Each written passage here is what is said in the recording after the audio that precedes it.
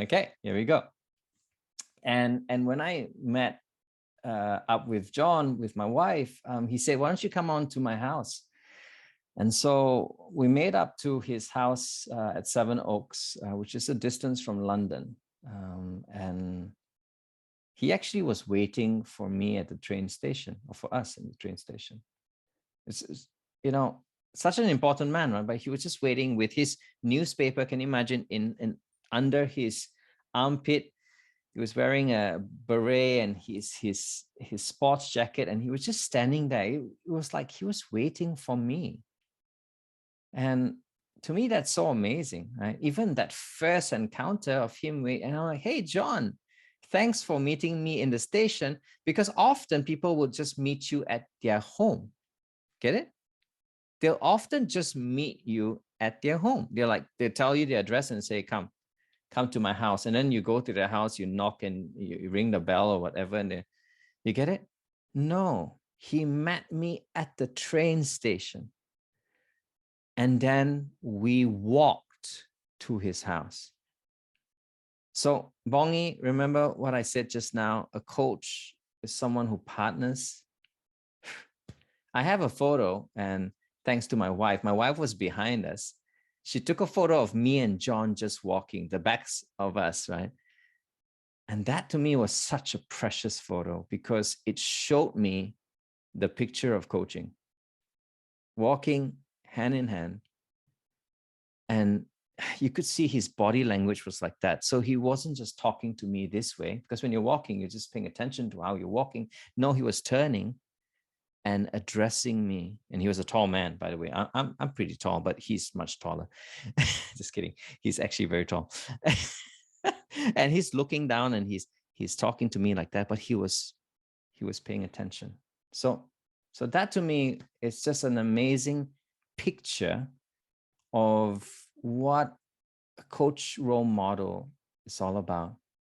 And you know what? The best part of it, the conversation that we spoke, he did not even talk about coaching. He talked about life. The whole 1 hour talking to him while we had tea and biscuits, he talked about life and he asked questions. What about you? You know, how's this? How's that? And truly amazing. So, Shireen, that's your answer. Thanks, Mel, for that. So we got more questions. So I'm going to pick one or two of the questions to get you to answer. How's that, Mel, for you? Sure, man. Yeah. So here from GT Muzenda says that, what is the best question to ask in coaching? To be frank, this is one of the things that I often say it's a myth. Because there are no best questions. There are no best questions because if I think it's a best question that I often use and I want to use it in every context, means that I'm not listening in to the context. I've just made the question more important than the listening. That's why if you listen to what I said before, for everyone's sake, it's about the listening first before the questions. And if we don't go down deeper than we can, we will be stuck at the questions. And that's what I did. Let me tell you, as a younger coach, I had my book of questions. I don't know how many who are here who will agree with me. Oh, yes, I've got this little black book of questions, right? The best of the best questions, right? Which I can refer to, right? And look smart when I'm asking. It's like, what's missing in this moment, right? You know, I can even put on that way, right, of asking, right? But you see, that one question, if I made the question the hero, then the conversation becomes secondary. What your coachee says or don't say must always become the hero in the conversation.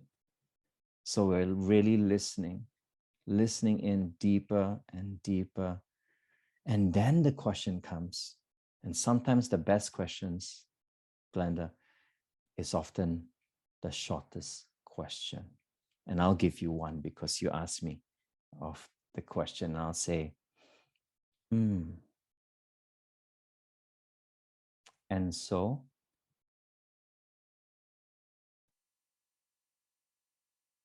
Yeah.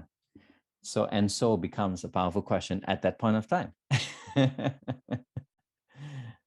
I hope that answers your question. Thanks, Mel. Thanks, Mel. And I know there is a lot of questions coming in at this moment, right? They want to win the book. You know, you've now put it out there as the book. Okay. So what I'm going to do is I'm going to invite anyone who wants to unmute yourself right now. Oh, wow. Okay. To basically ask your question live to Mel right now. So whoever wants to unmute yourself, please unmute yourself now. Introduce yourself to Mel so I can also spotlight you and you can actually ask the question. Let's have someone that wants to unmute yourself and ask your question to stand a big chance to get this book. Prince Raj. All right, go ahead. Hello, Hi, hello. Brother Mel. Greetings to you from Malaysia, Kuala Lumpur. Yeah. I just wanted to ask you something. I'm hearing you. Is there a such thing called some uncoachable traits of a person, where there are coachable traits and uncoachable traits in a person? That's my first question. Would you emphasize on personal values of the coachees before you actually take on an assignment? That are my two questions. Thank you. Okay.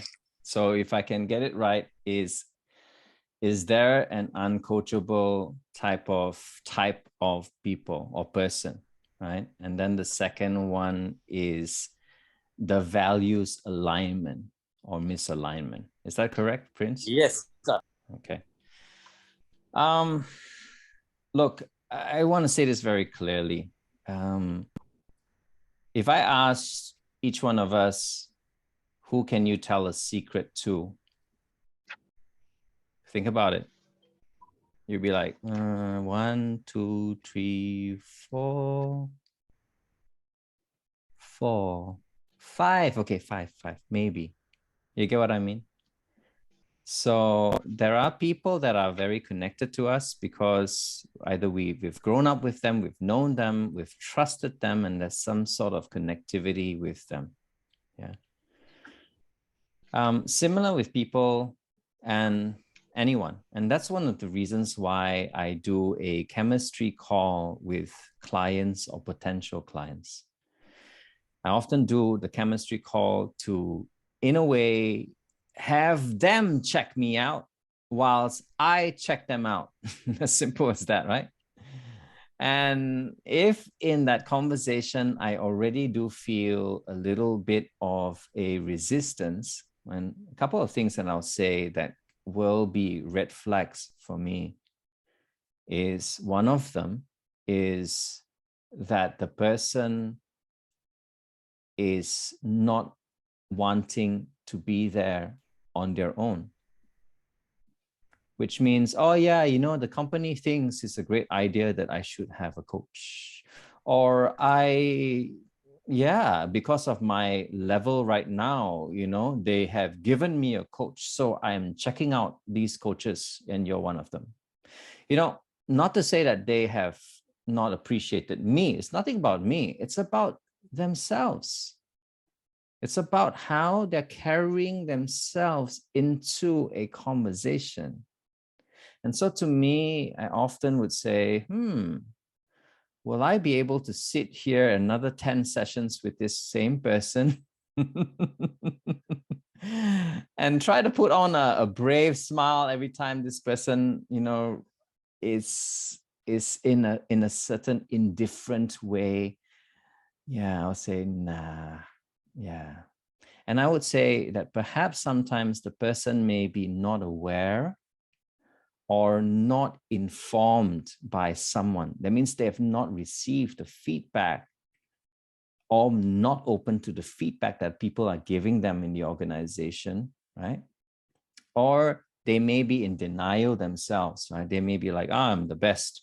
I'm delivering my sales, so they need me more than I need them. You know, that kind of superiority, which I would, you know, often question on whether I would take on a certain coachee for myself.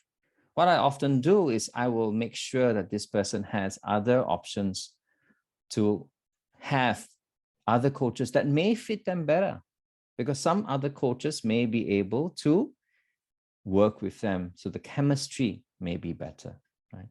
And to your second question on the values alignment, well, I think values and beliefs, to me, it does not matter.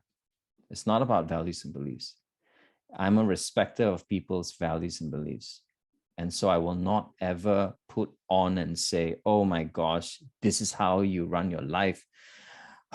You know, it's about respect.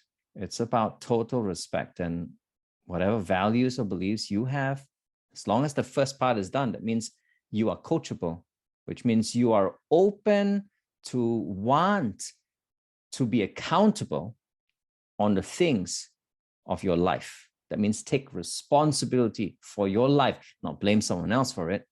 I'll work with you. So that's the prerequisite. I'm always looking out for people who are pliable, yeah, in a sense.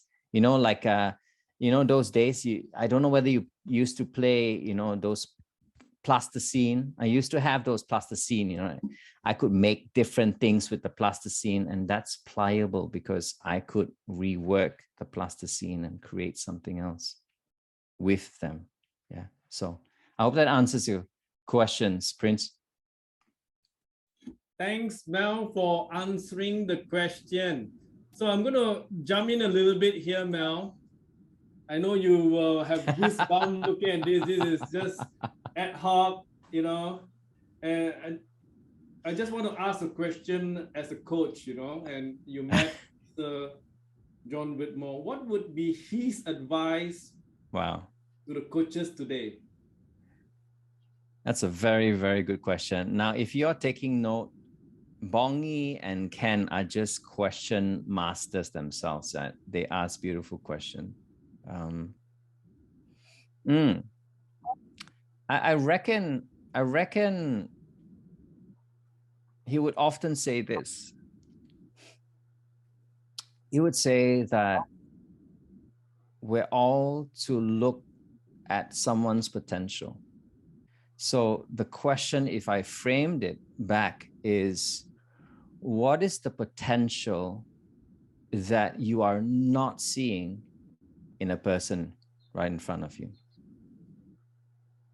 So it's the flip, right? What is the potential that you are not seeing from a person right in front of you? And I think, wow, that gives me a lot of things to think about, right? If there's a person that I maybe have to work with and it's troublesome to work with this person, I think of this person, instead of a troublesome person, I think of this person as a person of potential, and what this person is able to bring that I've not noticed myself. Thank you. Bongi, do you want to ask Mel some questions from here? Definitely. I'm curious about the catalyst coach. What is the vision of the catalyst coach? Can you share with us, Mel? Definitely, Bongi. You know, Catalyst started as a name because I had the experience that changed my life. I was involved in a social enterprise, and this social enterprise actually was working with the visually impaired people, right? The blind people. And that experience really made me understand that it's not all about the corporate life and all the work that we're doing and everything, right? It's life is so much bigger than just that. So one of the things that came out for me is that I'm just one person. How can I make change or bring change to the world, right? And then I realized this thing I obviously forgotten because I was a very bad chemistry student. But if you remember, it's the word catalyst, right? And what is a catalyst? A catalyst is something that has the spark or the energy that once it's transferred onto the next, it loses that spark and that continues, right? That catalyzed item continues, right? So that is very important. And I think when I think of coaching, it's the same thing. It's like if I partner someone and if this life doesn't change, then it's not a great partnership, don't you think? Right. So when I'm thinking of that, I'm thinking about that multiplication so that the reach will be bountiful. So when I thought of that, that actually brought me to Africa. Right. So I've been to parts of Africa 3 times now, and South Africa. I've visited South Africa as well in Johannesburg. But most of the time I would be in Nigeria or Zimbabwe and doing the work, what we call the catalyst work. Because I started this little work working with social entrepreneurs in these countries, right, for a couple of years. And finally, I went to Nigeria and did the work on the ground. And that was the catalyst of Catalyst Coach. And that's why I kept the name Catalyst, because I felt that, hey, what is a Chinese-looking person who lives in Melbourne going to Africa? What's his deal, man? What is he doing there? And a lot of people ask me that question. It's like, I'm sorry, I'm putting on the Nigerian accent. It's like, what are you doing here? And I have to answer every person. It's like, I'm here because I see potential in you. I'm here because on my own accord, that I want to be that catalyst so that you can now be the catalyst to another X number of people, right? So that's the concept of catalyst. So when I started the school, Catalyst Coach, that heartbeat, that passion came to the school. And I had this vision or mission to equip 10,000 coaches over the next 20, 25 years so that that will impact another catalyzing effect, 10 million people.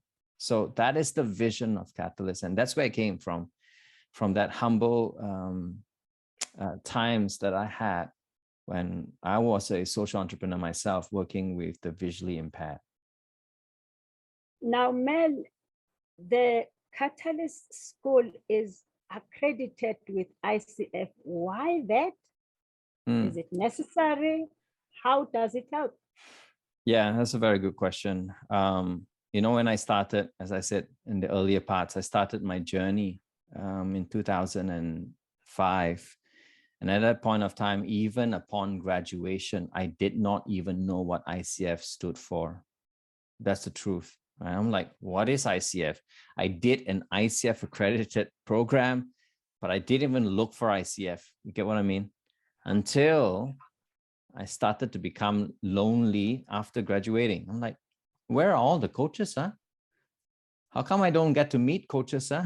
I'm getting, a bit lonely, a bit burnout, being alone, get it? So I reached out, it's like, oh, there's this thing called the ICF. I think I should check it out.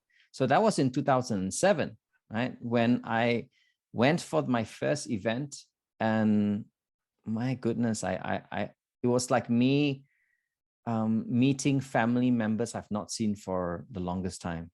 I don't know whether you understand what that means. It's like your kin, your tribe's person, right? You found your tribe. And when I met them, I'm like, oh my gosh, that's my brother, that's my sister, that's my mother, that's my, get it? So I found my tribe, and I have not since left the ICF. Yes, I pay my yearly fees to the ICF, and I've been a member since 2007. Now, I chose ICF of all the other bodies. There are other bodies, by the way. There's EMCC, there's IAC, there's WBEC, and so on and so forth, right? But I chose ICF because, to me, I wanted to be connected with the best of the best, right? It's like what the ICF says, we are the gold standard. So if you want to get into the gold standard, yeah, be part of ICF.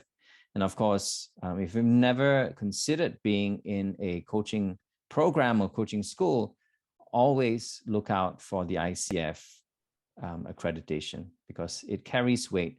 Not perhaps, it probably won't mean something now, if you know what I mean, but later on in life, I realized how much weight it carries to be an ICF credential coach. Credentialing after that, when you're certified, and go after, you know, those 3 levels: ACC, PCC, and MCC.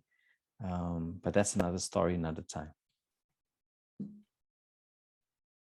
Coach Ken, any more beautiful questions from our audience? Yes, there is. I was wanted to invite Mr. 𝒉𝒂𝒅𝒐𝒂𝒕, if you can unmute yourself to basically ask the question directly to Coach Mel. Are you there?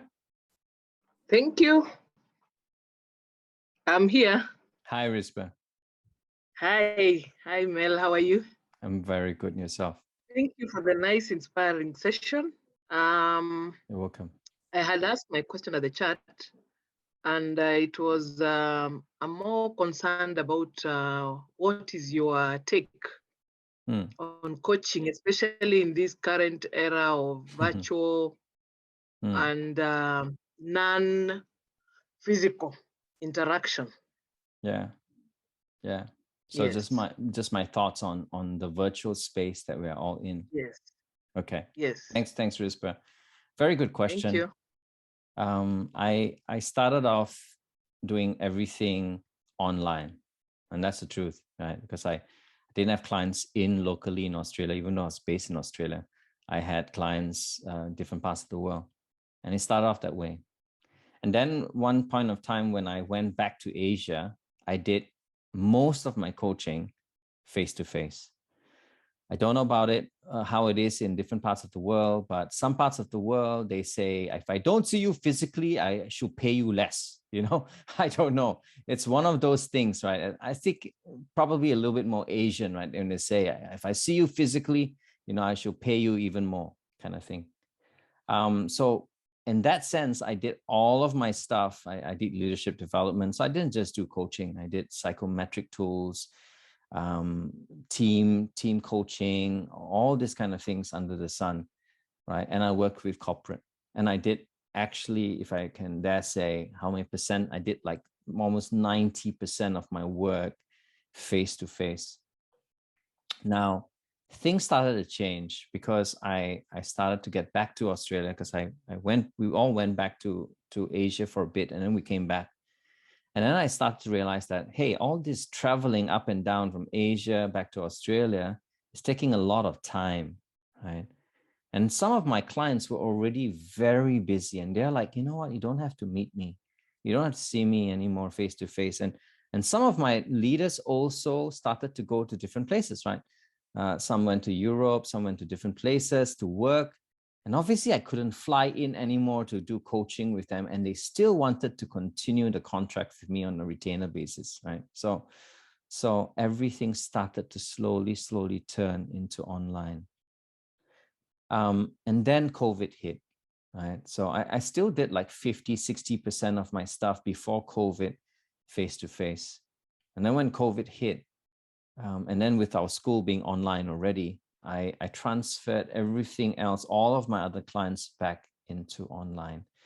And I can dare say now, over the last 2 years, during COVID, I've done my business 100% online. Now, what is the difference? The difference could be, on one side, the effect of not having a physical touch point. Okay, and that's the truth, right? We will miss out on that, right? It's just like having a long distance relationship. How long can this last? You get it? Yes, sometimes you still have to fly back, give a person a hug and say, I'm still here, I still love you, goodbye, right? But there needs to be that bit of that touch points. But I come to realize that I've done everything since then, 100%. And my clients in their filling up of their engagement scores with me, they are still super satisfied with the service, super satisfied with their results, super satisfied with everything. So to me, I've learned a lesson myself. This was my own myth that I needed to bust in my head. Can things be 100% online? Can it really be effective? Because 𝒉𝒏, I asked those questions myself before. And now I have the answer because I've done it for a couple of years now. And the answer is yes, we can. We can. Of course, we have to try different things, right? I've got different software now. If you can see my logo is here, and it's just here. It's just sitting up here. It's like, how did I do that, right? And I'm not using a virtual background. This is real. This is real flowers, real plants. You know, so it's like that, right? But there are ways to do it. I'm starting to learn different things, even online, to make it interactive, so that people can still enjoy the online experience. 𝒂𝒂𝒂𝒂𝒂, can you unmute yourself Yes. and speak to Mel? Thank you. Hi, Mel and the team. Yes, if you were pitching in a few seconds, what would you say is the one unique thing that the Catalyst coach brings that might not be there on other coaching businesses? Very good question. You must be a coach as well. A great one. I would say it's the community and the kind of support that we have that is so unique to us as catalysts. Every person that comes in has said this couple of words. They've said it's transformational. It's a kind of breakthrough, personal breakthrough, that they feel that the program has given them transformation, rather than just learning skills and toolkits and models and processes, which is all very left brain, if you know what I mean, right? But we teach all that, but we're more concerned about the transformation that the coach is going through for themselves. Because when the coach experiences that for themselves, their coaching will transform. So I feel that we are able in our community be able to multiply that, catalyze that, and grow that transformation from within before outside. Thank you for that, Mel. Thank you. I see 𝒂𝒂𝒂𝒂𝒂 says he's got one question. Can you unmute 𝒂𝒂𝒂𝒂𝒂? Thank you. Hello. Good day, everyone. Hi, Mel, Bongi, and all others. I heard Mel right at the beginning when he started, and he said everything in life you have to put it to the test, and he has done that coaching. coaching the wife, and he said, you know, the feedback, you know, he could see that in fact it works, and it was in response to the question whether, you know, this works. Now I was just thinking, you know, because it was easy because the wife is around. Now you coach, and then you leave people, and then you go to the next. How do you get a feel that in fact it worked? How do you get feedback if you do not see this person again in a very short space of time to have a conversation, or you have the next session? I just want to get that feel. How do you get that kind of feedback? Yeah, that's such a very good question. I often have a closing session with the person, to ask them a couple of key questions on what shifted for them. I've also sometimes challenged my coachees to get feedback from people around them. You see, sometimes the transformation doesn't happen visually for themselves. They may not even see changes that are happening. but the people around them are starting to hear different things that they're doing differently, experience different things. And sometimes the feedback needs to come not just from themselves, but from people around them to kind of help them realize that, yeah, change is coming. Because you and I know that change is one of those constants that happens, but we all are actually very, we're pushing away change. Don't you think so? Nobody likes change. Yes. I don't like change as well. Even I Yes. moved from offline to online. Let me tell you, I pushed back so much. It was very uncomfortable, but I still, I had no choice. Right? So I had to embrace it. So same thing. One of the ways is to ask them to give themselves feedback the first. The second one is ask the people around them to give feedback. Now, I used to, as a young coach, want to hear those affirmations for myself because I needed to be encouraged, right? It's like, yes, great job, coach. And then you're like, I'm doing right, But when I mature as a person, I started to realize that I was quite self-conscious, right? A bit too self-conscious that the coaching was about me, right? Am I asking the best questions? How am I looking in front of the coach? Am I professional? Am I challenging? Because I could put on this facade without the heart. But that's not what I want, because I want them to see me as you see me, everything, hopefully, right? So there's no need to put on this facade. So in that sense, I am not trying to impress my coaches. I've actually chosen to give up impressing my clients. I've instead focused on serving them and serving them and serving them even more, and allowing them time to take those shifts and change themselves, even if I don't see it. In those days, I would be overzealous, overworked as a coach, making sure that they got something before they left my presence. You get what I mean? I don't do that anymore. Because some people get their aha moment when they're away from me. They're like, oh, yeah, 3 months ago when the coach asked me this question, I didn't understand, but now I understand. You get it? So sometimes it takes a while before, and you know what? You may not be there to receive the thank you, and that is okay. So I don't know whether this is answering your question. I told you a little story about this and how I would encourage them to receive feedback for themselves and from others. And that's the way to improve for themselves. Yeah. Thank you. Thank you so much. Thank you. Mel, there is a burning question that I need to put you on the hot seat, right? Okay. And I think mindful of the time, you have 5 more minutes. Being respectful for all the audience here today. So the question is from Daryl. I'm a pastor of 10 years already.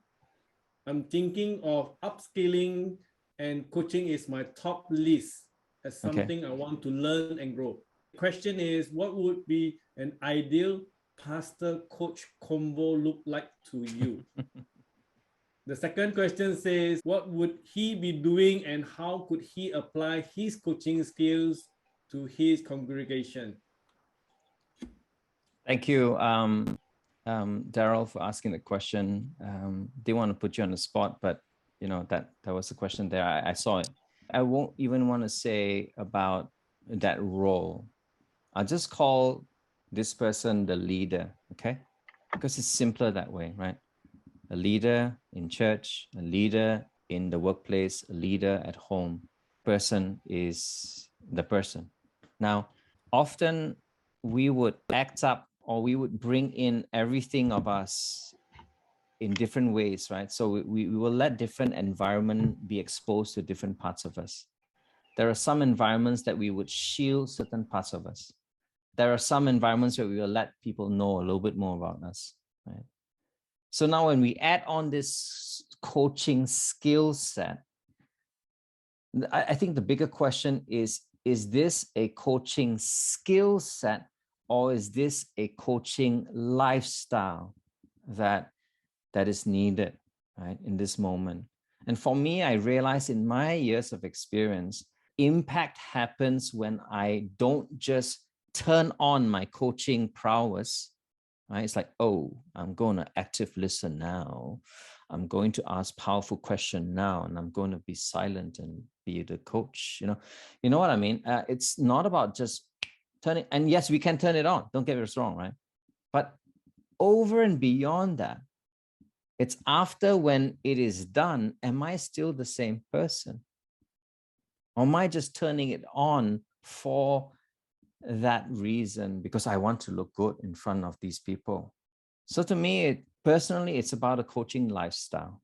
That means we inculcate whatever good things in anything that we're learning into our life so that it becomes a part of us in our language and our actions.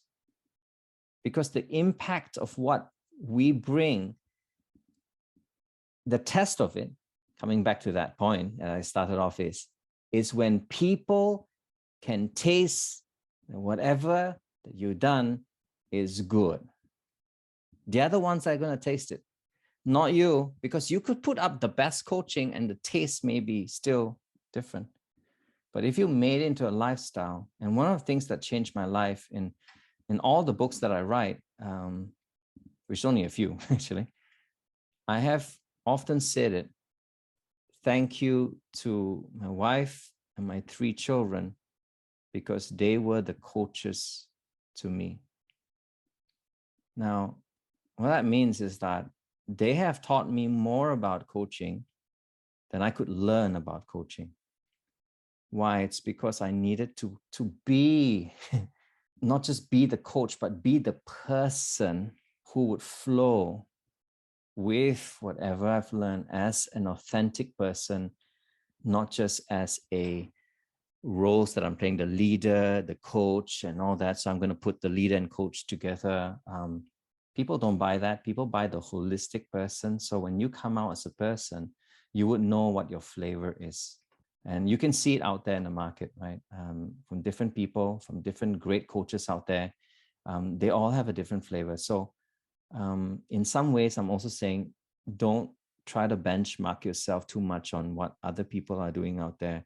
Be very comfortable about what you are called to do and called to be. And if it's to learn coaching and put that in, but put that in and make it a lifestyle rather than just a part of you that you bring along. I hope that answers your question, Daryl. All the best, man. Thank you. Thank you. And if you like what Mel has been sharing with you, give him a thumbs up or give him a heart emoji, right? Give me a thumbs up or a heart emoji. It's like forcing people to kind of say, oh gosh, you only got 2 choices. It's like, I want to give him this maybe. I don't know. Because of all this, I'm going to challenge Mel. Mel, I'm going to say that can we give out 5 ebooks because I've identified really 5 people. Mel, what do you think, Mel? Sure, mate. Of course. Yeah. If this is going to be a blessing that you bring and catalyze the people that come in contact with you, why not? Go out there and continue this catalyzing effect to many more out there. Right. So we will be in touch with you through email. Intake in February and the coming intake of Catalyst Coaching Certification in May. Be in touch with the representative from different countries, Malaysia, Singapore, Nigeria, and different countries. Be in contact with them if you are interested to know more. Once again, I thank every single one of you today for a lot of questions, a lot of participation. Thank you for being here today. Number 1, Coach Mel, thank you for being here today. Coach Bongi, pleasure. Partners, and of course, all the participants that have made your time being with us today. God bless you. Have a great day, a great week ahead. Bye-bye, everybody.